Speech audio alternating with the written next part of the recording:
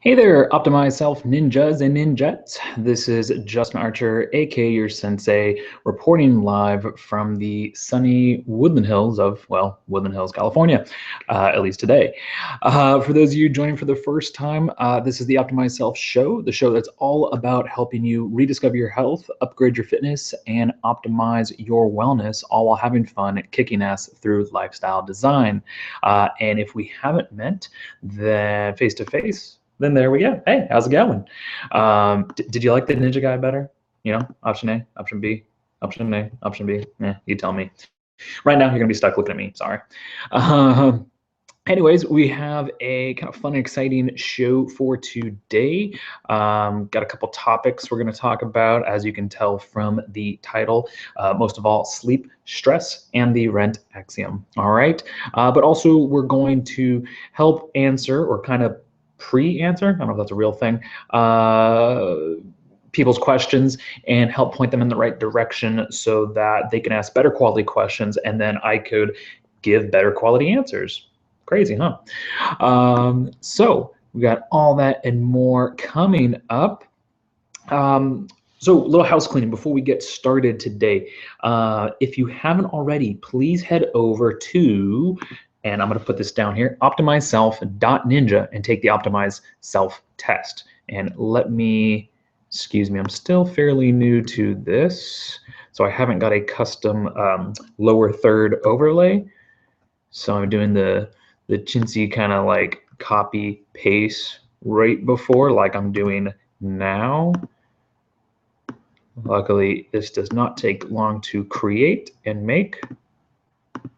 Oops, there we go. So there you go.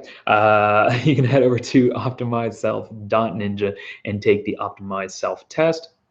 And what that'll do is help you kind of uncover what exactly is holding you back from achieving whatever you're trying to achieve, trying to get out of back, hip, knee, some type of chronic pain symptom, trying to lose weight, build muscle, gain strength, get over some illness or disease, whatever it is pertaining to health, fitness, and or wellness. It'll help you figure that out, as well as help give me the information, because you submit some information. That information will help me give you better answers. Okay, so like I said, we're going to be talking about sleep, stress, and the Rent Axiom here in just a little bit. But before we get to that, I want to give two examples of where the Optimized Self test would come in handy. Okay, so I have a couple emails here, and I literally do mean a couple, just two, and we're going to get into the main content. One is from a gentleman, Jonathan.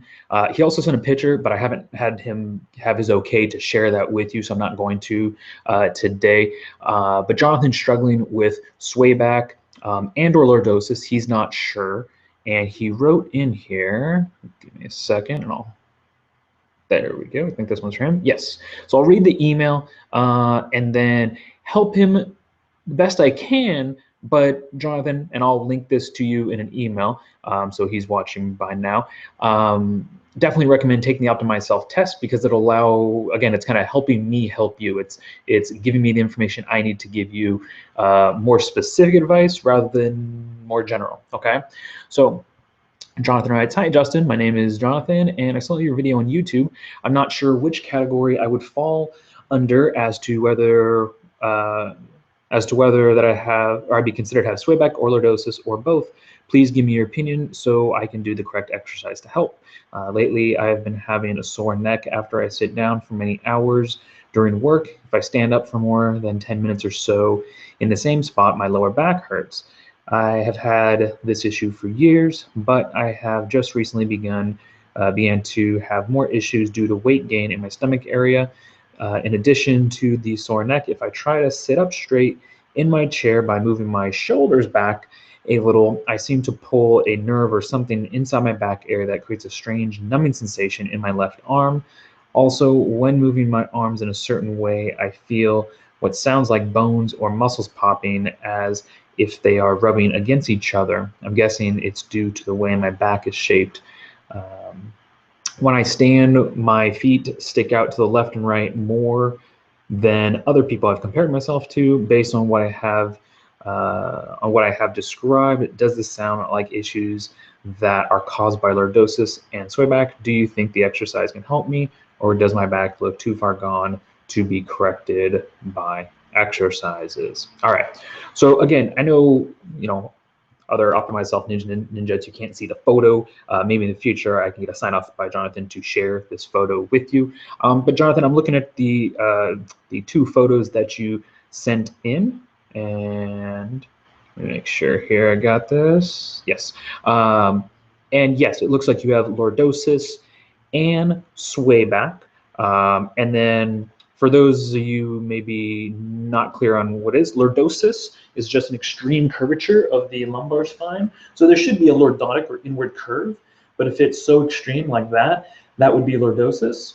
And swayback is where the shoulder sits behind the hip. So let's say the hip is here and the shoulder is like way back, way back here. That's what it would look like. Ideally, it should be kind of more, directly above. Okay, so Jonathan has swayback and lordosis, and then you have to remember those are both spinal misalignments, right?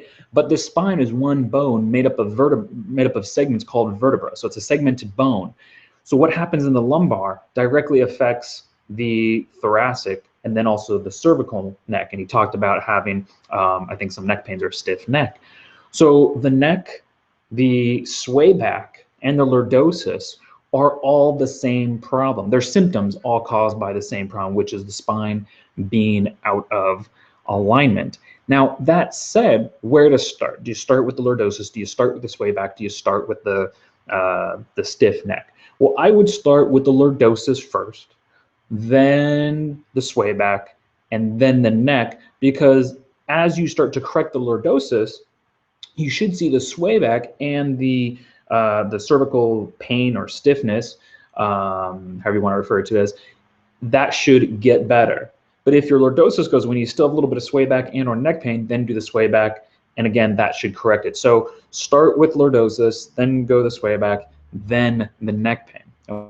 Okay, now that's in terms of just postural corrective exercise type of recommendations, if you want to say prescription, if you will. But now, Jonathan, I'm going to pose this question to you because it's the question I would pose to myself, and I have many times before, as well as to the audience, is, you asked, is the lordosis, is the swayback, or both causing the pain? Well, the answer is obviously yes, but what's causing the lordosis and what's causing the swayback? Okay, and this is something I believe it looks like from the email that I got that Jonathan found me over on thepostureguy.com. Jonathan, if you're watching this, as well as anybody else who knows me from thepostureguy.com, you may or may not know, because it's a fairly new endeavor, the Optimize Self show and optimizeself.ninja and all that is my newest endeavor. It's kind of the successor to thepostureguy.com, which I started just in January 1st. So this is episode 11 of the show. So I'm not really adding any more to the Posture Guy. I'm leaving it up because a lot of good info there. A lot of people say it's helpful, so I'm leaving it up. But I'm not really adding any more to. And the reason being is because after 7-8 years of doing posture alignment therapy, I started to notice patterns, kind of common denominators of the people who succeeded with posture alignment therapy and the ones that failed.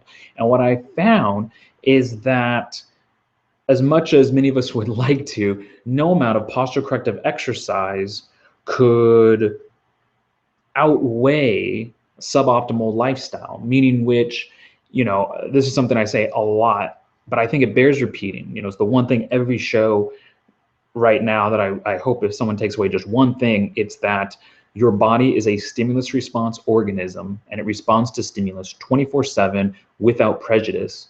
So it's what you do the majority of the time that matters, not your best intentions. So kudos to you for, wanting to know, are you have lordosis? Are you swayback? Okay, we figured out you have both. And now how do you proceed? What exercise routines should you do that you found probably on the postureguy.com? Great. But I would put exercise at the top, not because it's the most important, but the top of a pyramid of what I refer to as foundations of health. And exercise sits on top of things like breathing, hydration, sleep, nutrition, stress, movement, and then exercise, not to mention your environment, right? You know, where you live, where you work, the objects and things that you normally interact with on a day-to-day basis, as well as your mindset, those things that are always influencing those 7 other foundations of health. Okay, so be mindful of those, because really I think it's all those things added up that form your lordosis and your swayback. So you can do the exercise routines, and you know, maybe 30 minutes or so for lordosis, or maybe 30 minutes for swayback, and that's great, but that's only 30 minutes. How are you living the other 23 and a half hours, including the time you're sleeping? Because I tell you what, you can do half an hour of exercise, but if you spend 6, 7, 8, 9 hours sleeping in the wrong position, well, then all the time and effort you put into, say, 30 minutes, say even an hour of doing posture corrective exercises, well, it's negated by the other 23 and a half hours, right? It's taking like 1 step forward and best case scenario, 1 step back, or more realistically, 1 step forward and 1.5 to 2 steps back. It's just an uphill battle that, I'm sorry to say, that unless you address the other foundation of your health, it's very unlikely that you're going to win. And I say that not just to you, but me or anyone, you know, in your shoes in that situation. So, you know, that's the best answer I can give with the information given. Now, what I'd recommend, Jonathan, is that you go over to optimizeself.ninja, which is right there, and take the Optimize Self test. There's a button to do so right below the video player. So the page loads, there's logo, video player, and then a button right below that video player. Go click that, take the test, ask me any follow-up questions, because there is a place to ask, I think it's 1 or 2 questions if you have after this response. But I'd be curious to see how you grade yourself in the other foundations of health. And I think doing so will cause you to kind of pause, self-reflect, and then maybe ask some better quality questions, you know, because the questions you asked were good and fine, but I think they were with the, what I refer to, single factor focus blinders on just posture, you know, which is really not your fault. Most people are unaware to look elsewhere, myself included, till just a few years ago. And again, that's why I started OptimizeSelf.ninja, was to fill the gaps in the spaces that the postureguy.com was just not set up to do. All right. So anyways, hopefully that helps get the ball rolling, helps get you started with what exercise routine to do. But please follow up with me and let me know, take the Optimize Self test, and then I can follow up and give you more detailed advice specific to your unique situation in a future episode. I do 2 a week, so if you even get to it the next day or 2, I might be able to get back to you even this week. All right. So thank you, Jonathan, for writing in. Let's see. And then there was another one. This one's less help, more I just wanted to read it. This one's from Bob. It says, hi, oh, you know what? For those of you that know, I'm supposed to, sorry, Bob, I'm gonna get right back to you. We play this little drinking game here in Optimize Self Show. Every time I switch between questions or topics, I take a drink of water, one to stay hydrated and practice what I preach, right? Hydration, the second foundation of health. And you guys can drink at home too. The advantage you have is that you can pause this video anytime. I'm recording this live, so you know it grows a strong bladder. Tangent number 1 for the video. All right, Bob says, hi, I'm from Gualala, California. It's funny, I grew up in Southern California. I've never heard of Gualala. I don't know if that's Southern, Central, or Northern, but Gualala, California. I like it. Googled fixes for a sore lower back and came across your explanation of the difference between lordosis and swayback. I always thought I had swayback, but I thought wrong. Very clear and well presented material. I followed your recommended stretches and feel much better. Thanks. Haven't looked into your site as sensei, but will. I'm a Tangsu Du Tang Soo Do, I hope I'm pronouncing, or Tang Soo Do, pronounce that correctly, student and sometimes teacher. I know that my posture has gotten much better from martial arts. I'm an older guy, and the lower back problem occurs occasionally when I do things without paying attention. Regards, Bob.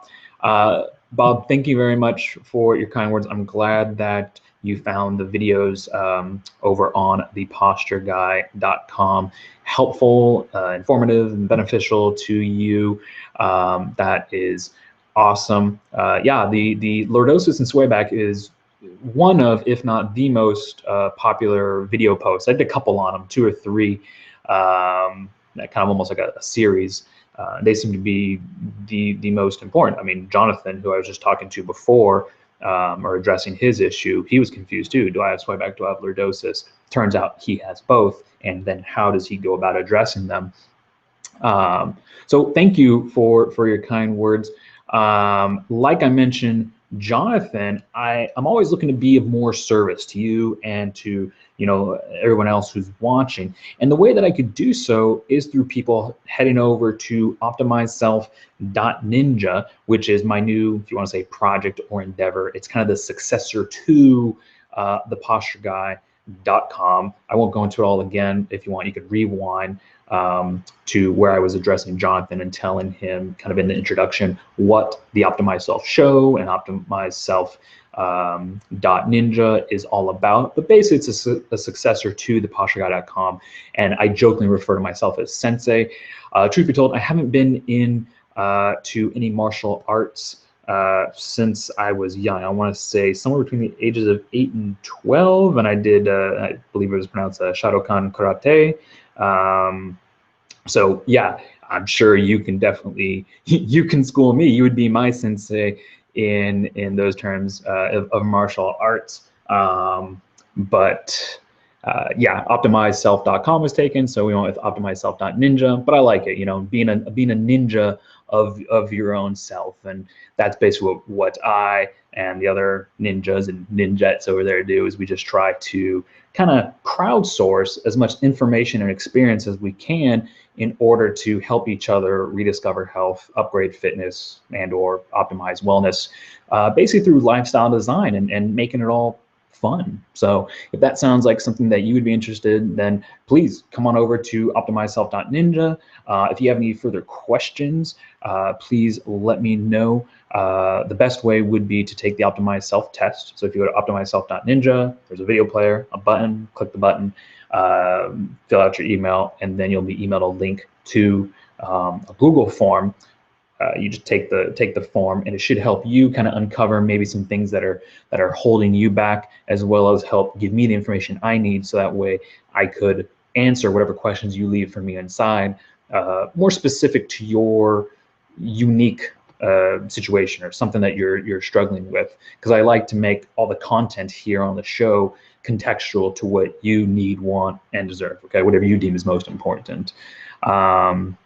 So let's see, did I have anything else for Bob that I wrote down?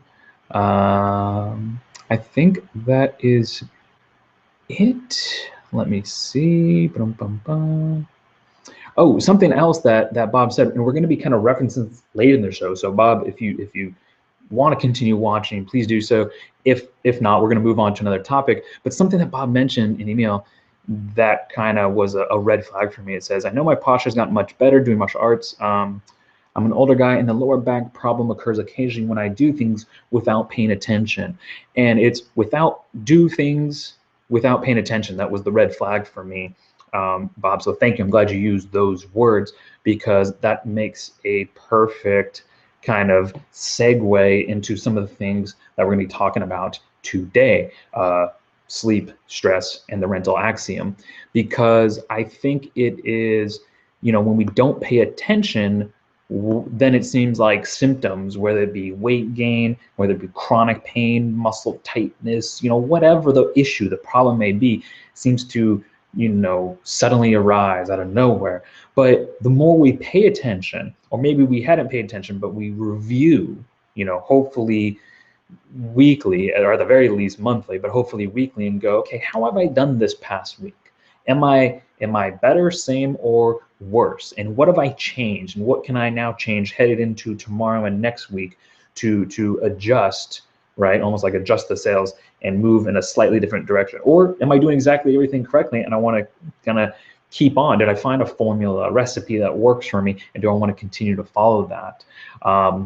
So that's something else that we'll be talking about today, is really becoming self-aware through critical thinking and just being aware of how we're doing in terms of things like breathing, hydration, sleep, nutrition, stress, movement, exercise. And I think, the two most overlooked foundations of health are sleep and stress. So that's what I wanted to talk about today, not because any one person asked a question about them, but because, it's been kind of a common theme when I've been answering questions from the Optimize Self test. People have said, their lowest score in the foundations of health have been sleep and stress. So there's kind of a common denominator there, and I want to talk about that. Let me grab some water and we will dive right into sleep.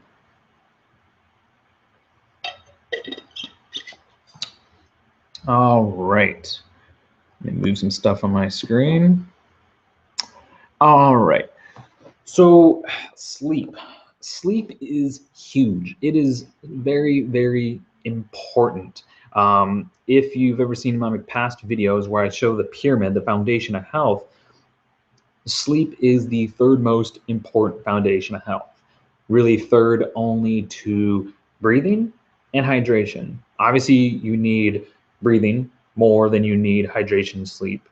And you need breathing and hydration more than you need sleep. But then after that, sleep is pretty darn important, okay? And I've seen it time and time again. It's what, the quantity and the quality of sleep can really make or break a person, as well as make or break their efforts, their endeavors towards whatever it is they're trying to achieve, whether it's get out of chronic pain, trying to lose weight, become stronger, more flexible, so on and so forth, have better cognitive performance, because it's during sleep, and I can go really deep and wide into this, but I'm going to try to not. But sleep is where a lot of healing happens. A lot of people think, in the gym, if they work out, that's where they're making progress, when really the lifting of the weights, the working out, it's the trigger. But it's what you do in between the next time you're at the gym is where you make progress. It's in the kitchen, it's in bed, it's all that time in between the next time you go to the gym, right? The going to the gym is just the start. It's the stimulus, it's the trigger that starts the process, if you will. Okay. So sleep, very, very important.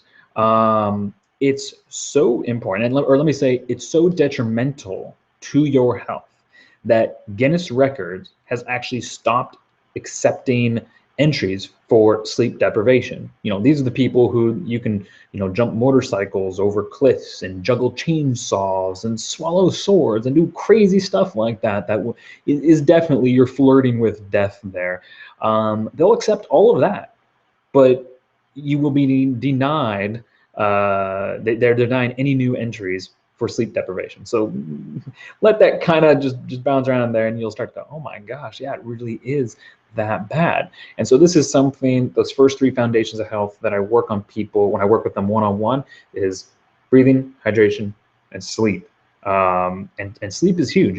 As I can't remember all the numbers off of all the different age groups, but I know as an adult, you want to shoot for 7 to 9 hours of sleep, and it's so important. And take it from me, someone who, I'm not always perfect on it. I've gone up and down. Right now, I'm doing pretty darn good on it, I have to say, and I say that proudly because I don't always. So pat myself on the back for that one. But I can definitely tell the difference when I get enough sleep, and it's quality sleep. I mean, there is absolutely no stopping me. I'm just performing at 210%. But when I'm not, it's just I can't, I can't form thoughts as fast. I notice my physical performance goes down, just everything. And there is a certain amount of sleep debt that's incurred. Some is short term, which you can pay back and make up, like if you didn't sleep so well the last day or two. But after a couple days, especially after a week, if it's chronic, you lose sleep and you can never get it back. You can't go, oh, I didn't sleep good Thursday or Friday, I'm going to sleep a lot during this weekend because I have off work. No, that's gone and you're never getting it back. If that's 4, 5, 6 days, 14 days, 20 some odd days of maybe only sleeping 4 or 5 hours. So it's very important that you get your sleep in order. So again, shooting for 7 to 9 hours sleep. I'll share with you a couple things that I do. Again, we won't go too deep in this, but and these are kind of more or less off the top of my head. If you're interested in learning all about sleep, then I would definitely recommend you go to optimizeself.ninja. And if you scroll down, you'll see included in the lifetime membership to the Optimize Self Dojo, there is a module called Optimizing Your Sleep. And in there, I go over basically all the methods, techniques, tips, and tricks you can do to optimize your sleep. Basically be like a sleep master ninja, okay? But here's just a few, okay? Number one is trying to consume a significant amount of healthy fat, so things like maybe grass-fed butter, MCT oil, nuts or nut butter, avocado, things like that. Oh, a hawk just went by. There goes my ADHD. I'm kidding. But you use some healthy fats in your final meal. Also, if try to keep a good amount of your daily carbohydrate intake during your last meal. Okay, try to turn off all screens and lights if you can, but especially screens 1 to 2 hours before going to bed, because they emit kind of a blue and white light that really screws up your circadian rhythm, and it really makes it harder to get to sleep faster, stay asleep, and get a good quality of sleep. If you need to use a computer for PCs and for like Windows and Macs, you can use something called Flux, which basically I kind of refer to it as a sunset for your screen. It filters out the blue and white light, so only kind of the red light gets in. You can actually get glasses, some of which are Gunner glasses, and there's others that basically filter out blue and white light. If you have a device, like I know iOS I don't think has a Flux, I just turn the brightness down quite a bit, like almost to a quarter or an eighth of the brightness in the evening, so it's not emitting a bright glow on my face if I have to check something later in the evening. Speaking of evening, try to get to bed, like to sleep, before 11 p.m. because for most people, unless you work a night shift or something, your body kind of gives you a boost of cortisol after that to kind of keep you awake, and then you may be awake till midnight or 1 or 2 or 3. So try to get to bed before 11 o'clock. Try to, whether it's at 11 or before, try to get to bed the same time 7 days a week, and you'll find that you'll wake up naturally 7 days a week at the same time, plus or minus 15 minutes 7 days a week. So I pretty much go to bed at around 10 to 10:30 and wake up between 6 and 6:15. I would say. Yeah, I would say 6:30. But then there's times you also have to listen to your body. This morning, I slept in. Actually, I fell asleep, I think, on the on the couch. But I woke up for a little bit around 3:30 for about maybe 20 minutes. And I wasn't trying to go right back to bed. Walked around a little bit, then went to bed, and I slept in today till about I think 6:50 something. But let's call it 7. And that's fine. If there's times when you need more sleep, and you can give it to yourself, then by all means do. Granted, my wife and I are spoiled. We work from home. We don't necessarily have a stop time most of the time. Sometimes we do. but we can start and stop work whenever we can. But if you do have a job that you have to report to every day, then even that, much more important, get to sleep on time so you can wake up. And eventually you'll find you can set an alarm as a backup, but you'll start to realize you'll wake up 5-10 minutes before your alarm, and you'll never have to rely on it to go off. Yeah, it's good if you need it there just in case. I mean, I use an alarm a couple times a year, to make sure if we have to get up for an early flight or something like that, then that's what I'll use an alarm for. So those are just a couple things about sleep. Again, you can learn more inside the Optimizing Your Sleep module found inside the Optimize Self Dojo. But yeah, sleep is huge. And somewhere that I would recommend that you check out is a book. And this is a book that actually is maybe the book that gets me back into reading fiction, because I haven't read fiction in a long time. It's this book called Sleep Donation, and who is it by? By Karen Russell, and I'll quickly read you the description. It's an imaginative and haunting novella about an insomnia epidemic set in the near future. And it's sci-fi, but this could happen, especially if that show was a Black Mirror. Yeah, it's crazy. But it says, a crisis has swept America. Hundreds of thousands had lost the ability to sleep. Enter the Slumber Corps, an organization that urges healthy dreamers to donate sleep to an insomniac. Under the wealthy and enigmatic Storch brothers, the Corps' reach has grown, with outposts in every major city. Trish Edgewater, whose sister Dory was one of the first victims of the lethal insomnia, has spent the past 7 years recruiting for the Corps, but Trish's faith in the organization and in her own motives begins to falter when she is confronted by Baby A, the first universal sleep donor, and the mysterious donor Y.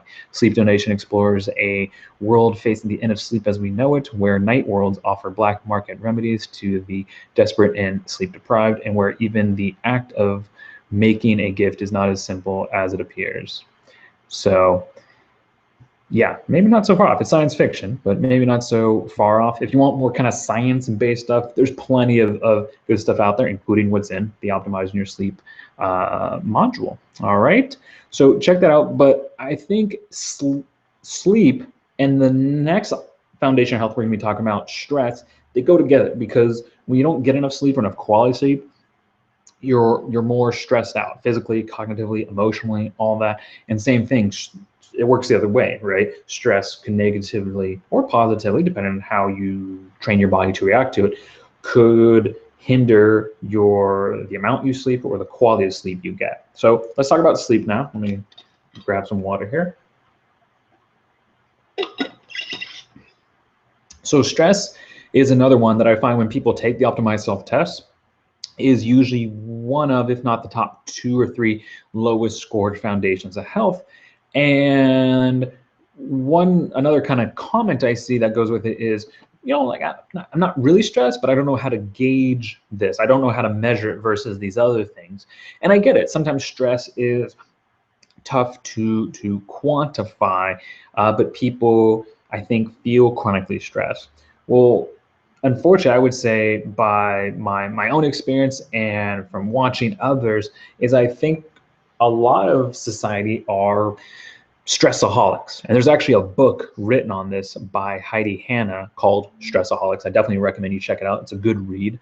There's also a audiobook version. If you're like me, I like to listen more than read, because I spend enough time staring at a computer screen. So,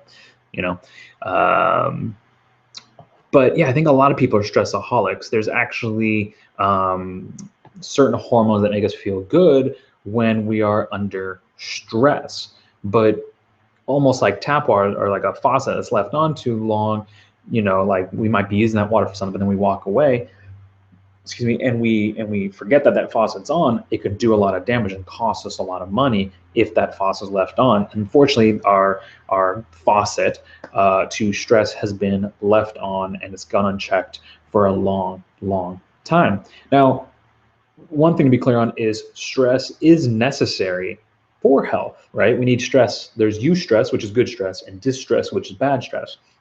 You want to have as much of the prior and little of the latter, of course. Eustress would be, gravity, right? We need gravity. If not, I mean, that's why astronauts and everything train, because when you come back, your muscles are weaker, your bones more brittle. So we need gravity. Distress might be, someone who's causing you a lot of anxiety, is very annoying, that type of thing. So you want to eliminate that type of stress or things, people or things. Now, again, I go a lot deeper and wider into this in the Optimizing Your Stress module inside the Optimize Self Dojo, which I definitely recommend if you aren't already a part of to definitely join. If you are a part of, hopefully you've already looked at already. If not, do go inside and take a look-see.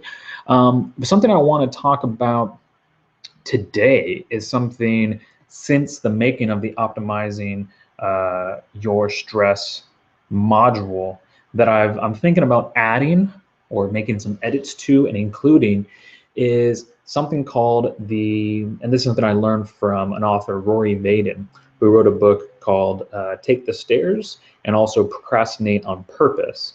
I definitely like that last title because I've always been told growing up I was a procrastinator, and there'd be times where I admit it was bad procrastination, but then there'd be times where I'm like, no, I'm doing it for a reason, but I couldn't quite express or verbalize why it is I'm procrastinating. And this book kind of made it clear for me is there's times when you want to, you not only want to, but you should procrastinate on purpose. So Rory Vaden has this funnel that he calls the focus funnel, and it's kind of steps, right? So if you imagine a funnel, to pour things that you need to do into, and at certain levels, see what you can do with them. So number one, at the very sorry, the video slowed down for a little bit. Number one is eliminate. Is this really something that you need to do? Is it something that you have to deal with? It's almost like email coming into an inbox. Let's be honest, most email in most inbox could simply be deleted. It doesn't need to be sorted, doesn't need to be read. Most of it's delete, delete, delete, delete. So that's step number one. Can this thing that comes into your life that is temporarily taking your attention, are you going to give it any more time or attention? So step one is eliminate. People who know me from past shows, know me from the Posh Guy, know my wife and I are minimalist. We just got back to Southern California. We've been traveling indefinitely for the past 2.5 years. We live out of suitcases, and we quite like it actually because we have all the most important stuff with us. We don't have to worry about objects and things, here or there, and because I do believe that everything that you owns a little bit of you, even as something as small as a paperclip or just every little thing. And obviously bigger items like a big screen TV or something like that, because it's something you paid for. That's your, that's money you spent on it. That's time you spent making that money to spend on that thing. And so there's always a little bit of worriness. And even if it's something that you got as a gift or for free, you have to somewhere in your mind remember, where is that thing? What is it used for? How often do I need it? Does someone else need it? Is it something that needs maintaining, maybe like a lawnmower or something like that? So all of that takes up room, almost like RAM or processing power of a computer. It takes up of your brain. So as much as you can eliminate from your life, people who annoy you, aggravate you, cause you distress, getting rid of them. Things that are just taking space that you don't use, clothes you don't wear in your life, eliminate, eliminate, eliminate. And I think what you'll come to find out, which happened to my wife and I about 2.5 years ago, or maybe 3, as we were getting ready to start traveling, is that there's very little that you do need.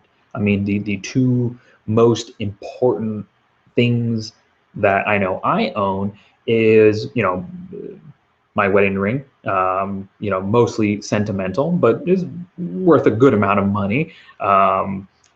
And then really my laptop, which I'm using right now to do work, it's also a communication device. I mean, laptops and phones and stuff are multi-purpose tools. I mean, I'd be more upset if I lost or got stolen or damaged my laptop than this. So really, those are the two things that mean the most to me. Number one, this, and number two, what I'm recording on right now.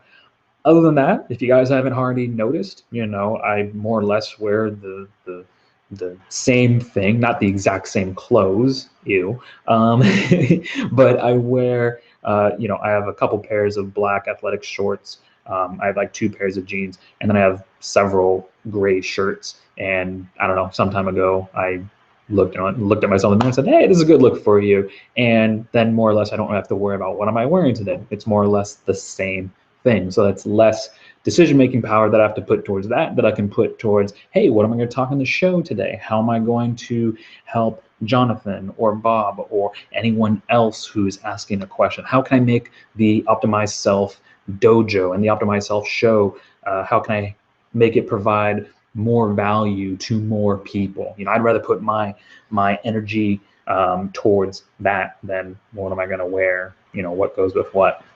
So eliminate. After that, automate. Okay, so if you can't eliminate something and you have to do it, I would say unless it's something you only have to do 1 to 3 times, and that 1 to 3 times only takes a few seconds.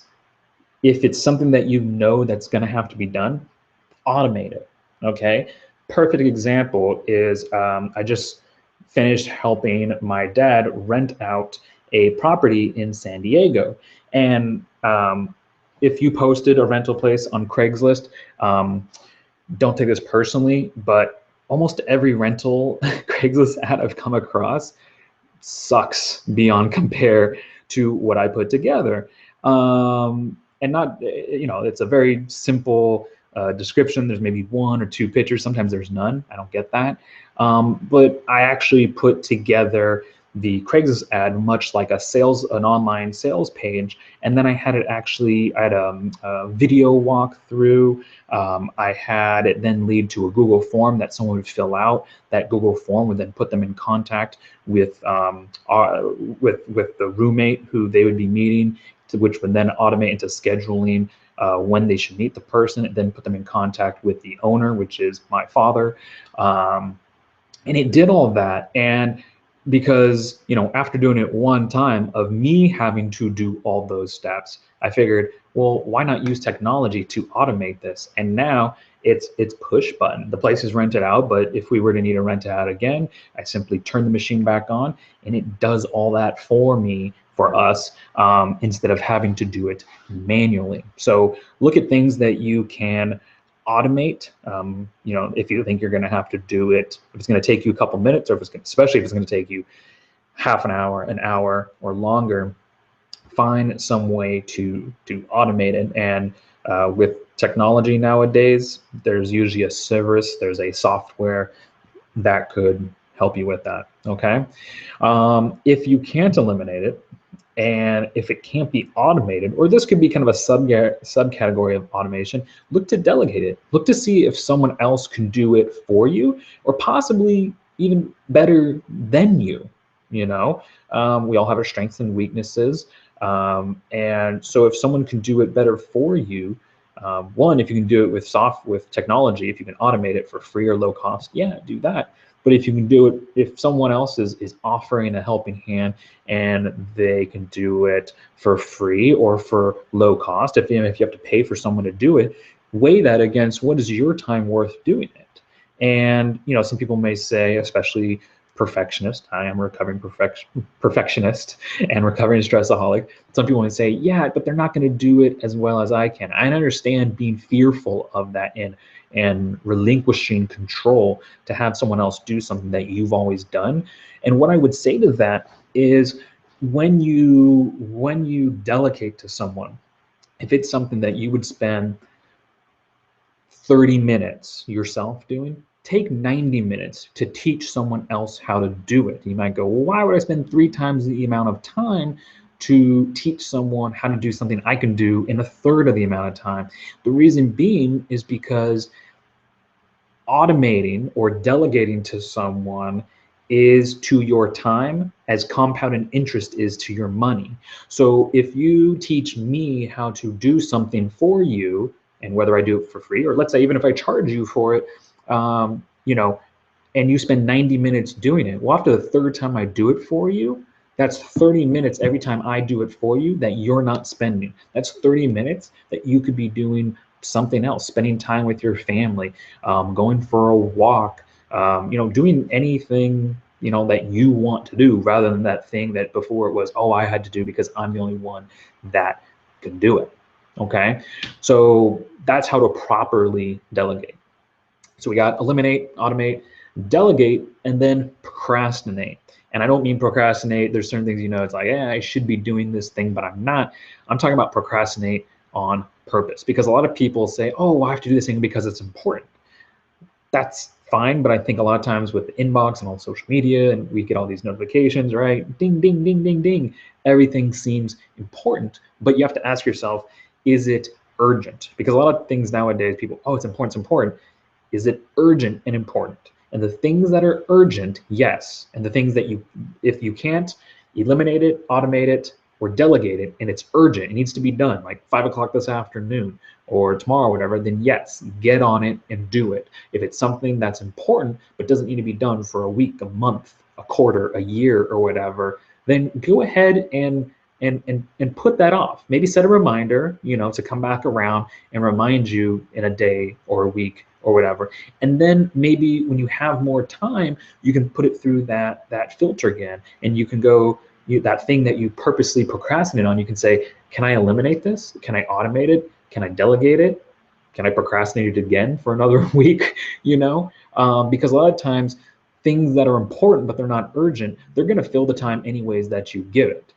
There's been videos or posts that I've put together that have, if it's due tomorrow, I've gotten it done by tomorrow.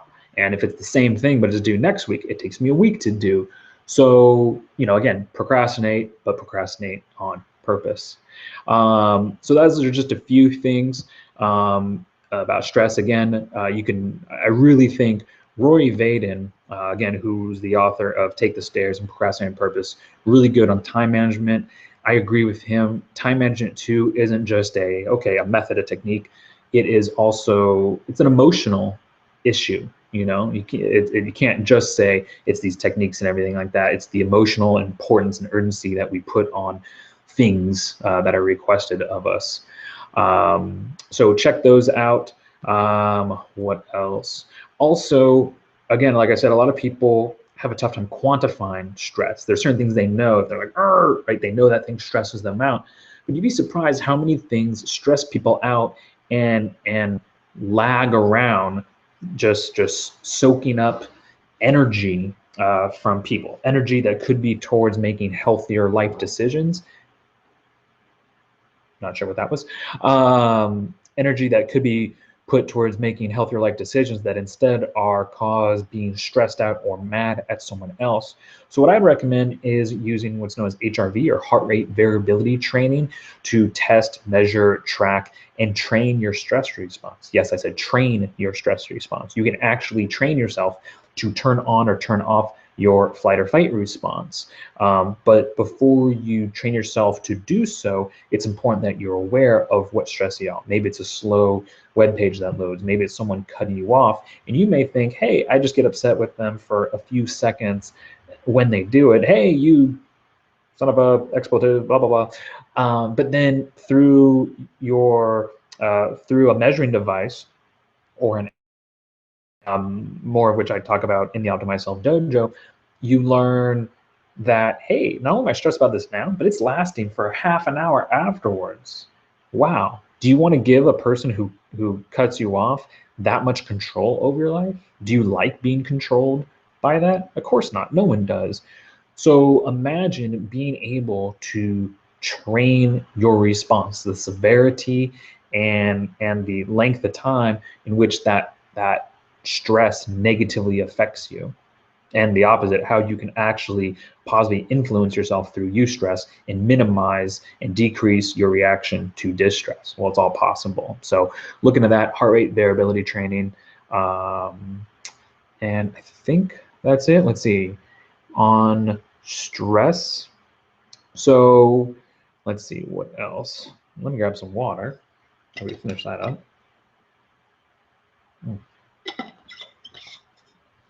Now, I know for someone like Jonathan earlier, who's concerned about lordosis and swayback and neck pain and certain things like that, especially those suffering in chronic pain, it may seem that sleep and stress are not as urgent as what exercises they should do. It may seem like optimized self foreplay. You know, they're kind of like, all right, get to the good stuff.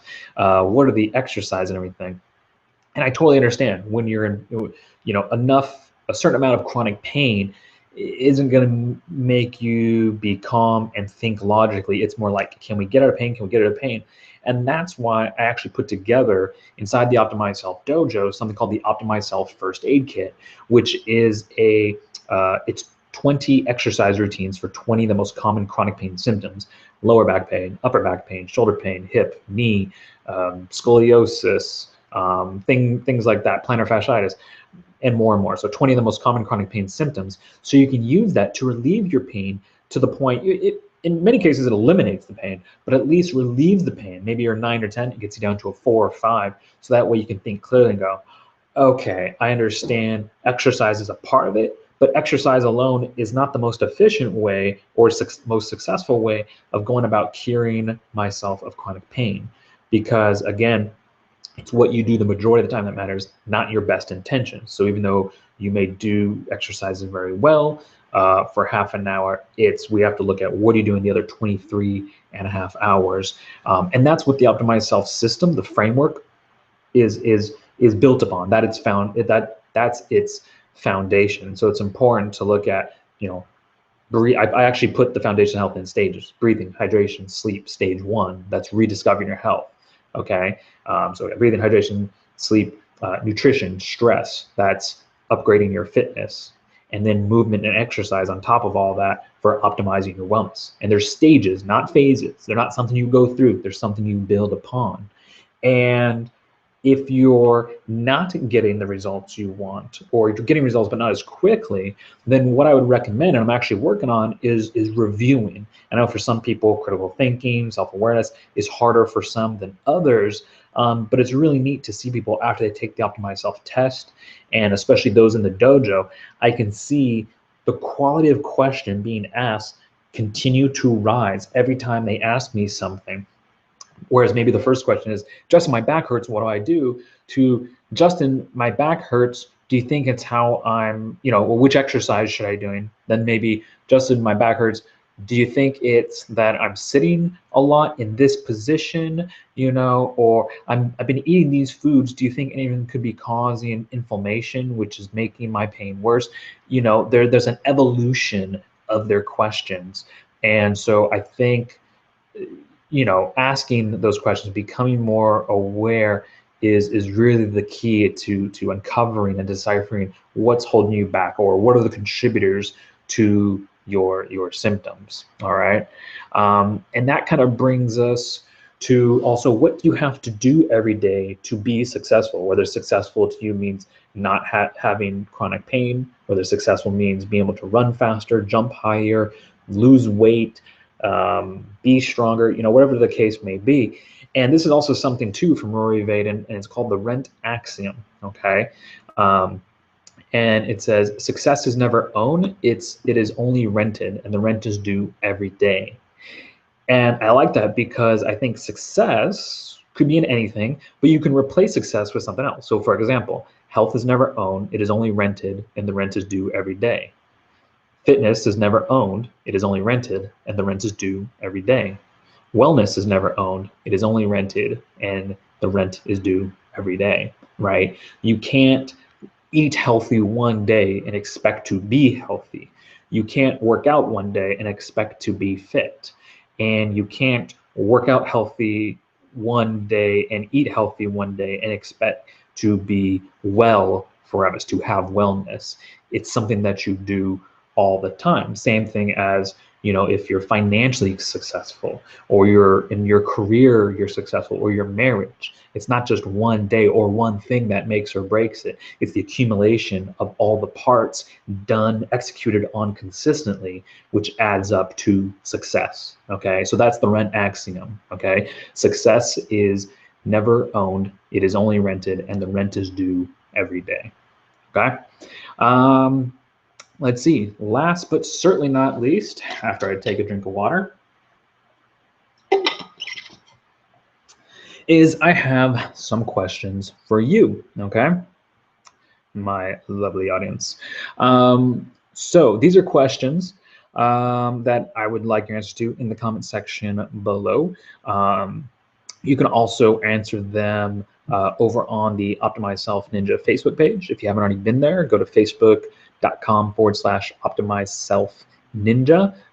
Please like the page, and you can answer any questions there, or ask me any questions, okay? So what episodes have you seen? What episode, this is episode 11. So what episodes have you seen, and which are your favorite and why? Have you taken the Optimize Self test yet? If you haven't, definitely go over there. Sorry, I was leaning on that hand. Go ahead and head over to optimizeself.ninja and please do so. And whether you already have or you're going to, and after you have, tell me, what did you learn from taking the Optimize Self test?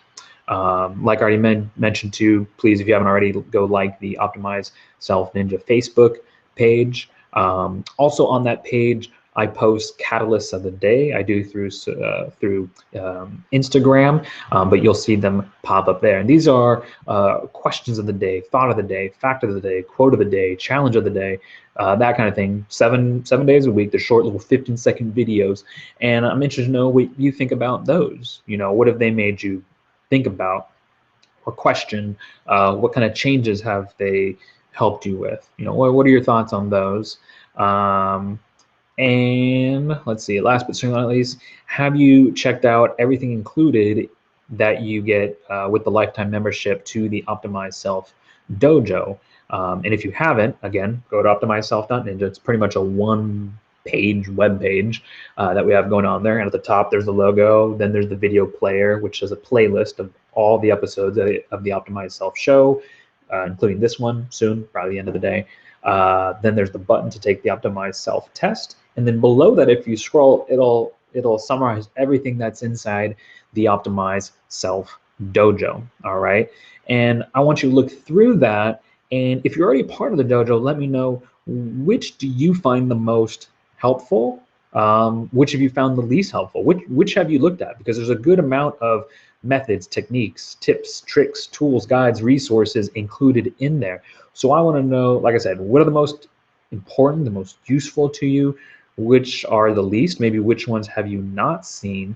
And then, you know, do you think and or feel any of them could be deleted? Because I'm a big believer that perfection is not when there's more to be added, but when there's nothing else that can be taken away. I'm always looking to simplify the Optimize Self system for you. So is there anything that you think that could be deleted?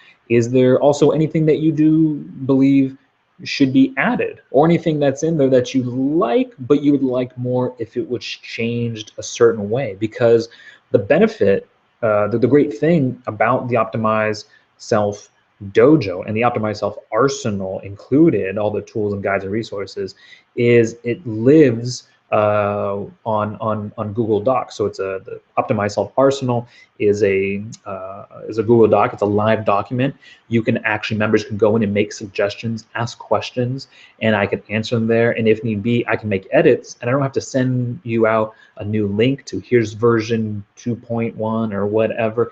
I can change it on the fly, and you'll see the change take place pretty much immediately. It's really cool, and I did that for that very reason. So if Jonathan or Bob or anyone else says, hey, this is great, this part's a little unclear, and I see, oh, I see where I didn't communicate that well enough, thank you for pointing that out, and I can change it. And literally, if they're watching their screen, they can see me change it out, and I can say, is that better, and they say either yes, thank you, it is, or no, I'm still a little fuzzy on how about this. Yes, and I can make that clear for them, especially if it's something that multiple people are having trouble with.